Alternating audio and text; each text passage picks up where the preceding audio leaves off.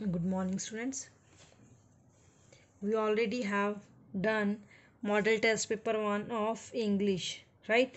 Today we are going to start model test paper number 2, which is based upon chapter number 10, which is vocation, and chapter number 11th, which is meet Tom swear, right. So इस model test paper में हमने दो ही chapters include किए हैं. So let start from part A, reading section, which is of 20 marks.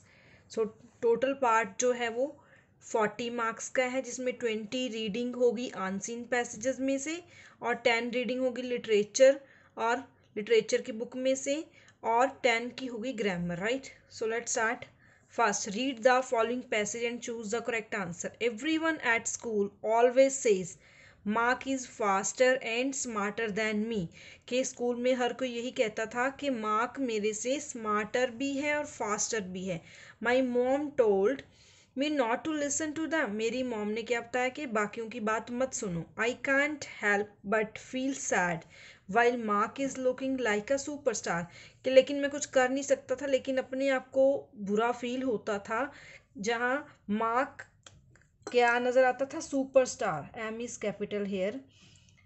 He is faster than me, वो मेरे से बहुत तेज़ था. Mark always wins the race, वो रेस भी जीत लेता था. He smarter than me, he always makes better grades on his test, test में भी अच्छे ग्रेड आते थे.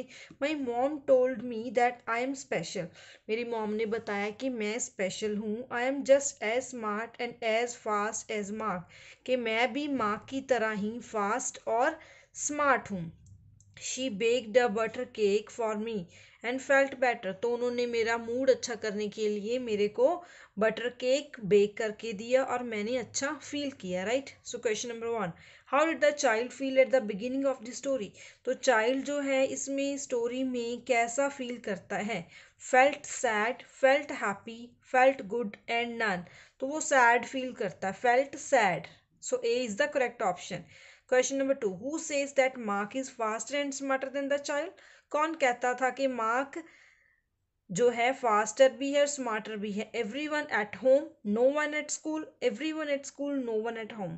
तो एवरी वन एट स्कूल, सभी स्कूल में कहते थे कि Mark is faster and smarter than child. Question number 3, what did the child's mom do to make him feel better. तो चाइल्ड की मदर ने क्या किया चाइल्ड को बेटर फील करने के लिए. बेक्ड बिस्किट, बिस्किट बेक करके दिए. Baked a butter cake, baked bread and all, तो उन्होंने बटर केक बेक करके दिया. So B is the correct option. Question number 4, she baked a butter cake. Choose tense for given sentence. इसमें tense choose करना है. Tense का कैसे पता चलता है, जो वर्ब की फॉर्म होती है. तो वर्ब कौन सी फॉर्म है, second form. So options are simple present tense, simple past tense, present continuous tense, past continuous tense. तो she baked me butter cake. She baked butter cake for me. Simple past tense. B is the correct option क्योंकि second form use की गई है. Question number 5. He always makes better grades on his test. तो उसके जो test में marks भी अच्छे आते थे. तो इसके लिए टेंस मेक्स वर्ब की फर्स्ट फॉर्म के साथ एस और E S mean simple present tense. So A is the correct option. Question number 6, pick the correct degree of adjective for better. Better कौन सी डिग्री है, गुड, बेटर, बेस्ट. तो better second degree होती है. First degree को कहते हैं positive degree, second comparative, third superlative, right. So B means comparative degree is the correct option. Question number 7, choose noun word from. यहाँ में से इनमें से नाउन वर्ड चूज करना है. Name of a person, place और a thing. Mark, me, I, he. So Mark is the correct option क्योंकि Mark क्या है, name of a person. Question number 8, choose pronoun word from. Pronoun choose करना है जो use किया जाता है name of a at place of a noun, noun की प्लेस पे. मी, ही, माई, ही, आई, ऑल. तो ऑल आएगा, सभी ही प्रोनाउन वर्ड्स हैं. 9, pick antonym for fast. Fast के लिए antonym opposite. Fast slow, slowly तब होगा जब फास्टली होगा, राइट. स्पीड और pace no. So slow is the correct option A. Question number 10, he is dash than me. Fill the correct degree of adjective. तो ये degrees given है, हमने इनमें से चूज करना है। दैन के साथ कौन सी यूज करते हैं? सेकंड। सेकंड कौन सी होती है? Fast, faster, fastest. तो second faster, right. So B is the correct option. Done. Next question number 2, read the passage given below, answer the following question. तो ये पैसेज जो सेकंड है वो अनसीन होगा, डाटा बेस्ड होगा, जिसमें कुछ नंबर्स गिवन होंगे। Elephants are largest living land mammal. तो एलिफेंट लैंड मैमल है, सबसे बड़ा, largest. The Asian elephant, also known as Indian elephant, can weigh up to 11,000 pounds. तो 11,000 पाउंड ये वेट उठा सकता है, right. The African elephant is even bigger, weighing as much as 20,000 pounds. तो जो एशियन एलिफेंट है वो कितने पाउंड्स वेट उठा सकता है? 11 पाउंड्स। और African elephant 20 pound. The elephants gestation period is 22 months. Gestation period होता है कि मदर की बॉडी में जो बेबी की प्रोसेस डेवलप होती है उसको कितना टाइम लगता है। तो एलिफेंट बेबी को ग्रो होने में 22 मंथ्स लगते हैं अपनी मदर की बॉडी में। The longest of any mammal, because baby elephants way an average of 260 pounds at birth.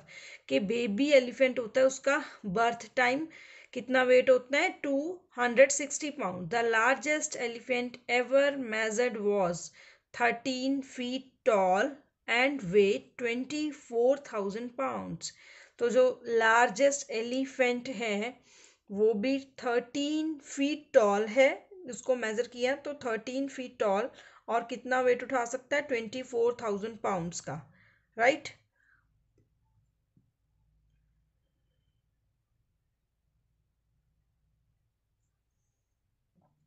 तो लास्ट लाइन की ट्रांसलेशन क्या है? जो लार्जेस्ट एलिफेंट है उसका ही वेट होता है 24,000 पाउंड, राइट। तो एशियन एलिफेंट का 20,000, और सॉरी अफ्रीकन का 20,000, एशियन का 11,000, right. So first, name the largest living land mammal. Giraffe, elephant, tiger, polar bear. So B is the correct option, which is elephant. Second, Asian elephant weigh up to dash pounds. You can cut can word. तो कितना इनका weigh होता है? Weight it's 11,000 pounds. So question number 2 में आप can word को remove करोगे, right. Asian elephant weigh up to means Asian elephant का वेट कितना होता है और अफ्रीकन एलिफेंट का वेट कितना होता है। इसमें ये नहीं है कि वो कितना उठा सकता है, उसका अपना वेट कितना होता है वो पाउंड्स में गिवन है, right. So African elephant can, no, remove can word. African elephant weigh up to dash pounds. African elephant का कितना वेट होता है? 20,000 pound. So A is the correct option. Fourth, gestation period of elephant is, elephant का gestation period कितना होता है? 22 months. So D is the correct option. Question number 5, weight of baby elephant at birth. Birth time baby elephant का weight कितना होता है? 240 pounds, 230 pounds, 260 pounds, 216 pounds. So 260 pounds, right. So C is the correct option. Next, question number 6, the height of largest elephant measured was. तो largest elephant की height कितनी measure की गई? 13 feet tall, right. Means option A is the correct option. Question number 7, weight of largest elephant is dash pounds. तो largest elephant का कितना weight count किया गया, मेजर किया गया? 24 pound. So C is the correct option. Question number 8, measuring gestation period, sorry meaning क्या होता है? Is the process of developing inside the mother's body. के जो एलिफेंट बेबी है वो मदर की बॉडी में कितने टाइम तक ग्रो करता है? 22 मंथ्स तक, right. So yes, it is true. A is the correct option. Question number 9, bigger is which degree of adjective of big. तो bigger adjective बिग की कौन सी डिग्री है, पॉजिटिव, कंपैरेटिव, सुपरलेटिव और नन? बिग, बिगर, बिगेस्ट, तो second है comparative degree, so B is the correct option. Question number 10, the longest is dash degree of adjective. Longest तो कौन सी डिग्री है, सुपरलेटिव, उसके साथ द भी यूज करते हैं, लॉन्ग, लॉन्गर, लॉन्गेस्ट, राइट। आप ऐसे रीड करके चेक कर सकते हो। Next section literature section which is of 10 marks. इनमें भी कॉम्प्रीहेंशन होंगे। फर्स्ट पैसेज जो कि हमारे चैप्टर नंबर 11 में से लिया गया, meet Tom swear, right. Tom who lived with his aunt, his cousin Mary and half brother Sid. Tom जो अपनी आंट, कजन मैरी और हाफ ब्रदर सिड के साथ रहता था, वॉज अ ट्रबल मेकर, तो हर टाइम कोई ना कोई प्रॉब्लम क्रिएट करता रहता था, because he was naughty, and his poor aunt Polly was constantly driven mad by his behavior। तो आंट पॉली लगातार उसके ऐसे बिहेवियर से परेशान हो जाती थी। she was concerned as to whether she was doing her duty to him। वो उसके साथ कंसर्न थी, उसका एक लिंक था उसके साथ और वो अपनी ड्यूटी पूरी कर रही थी, but could not bring herself to be harsh with her dead sister style. लेकिन जो टॉम था वो आंट पॉली की सिस्टर, जो डेड हो चुकी थी, उसका बेटा था, फिर वो अपनी सिस्टर के बेटे के प्रति हार्श नहीं हो सकती थी।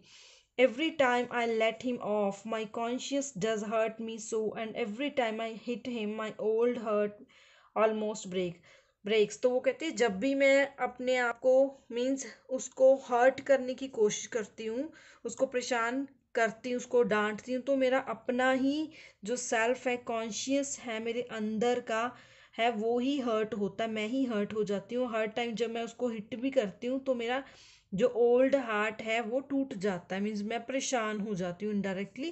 Question number 1, Tom was aunt Polly's. Tom aunt Polly का क्या था, cousin, dead sister child, half brother और neighbour.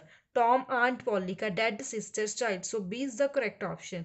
Second, Tom Sawyer often landed himself in the trouble.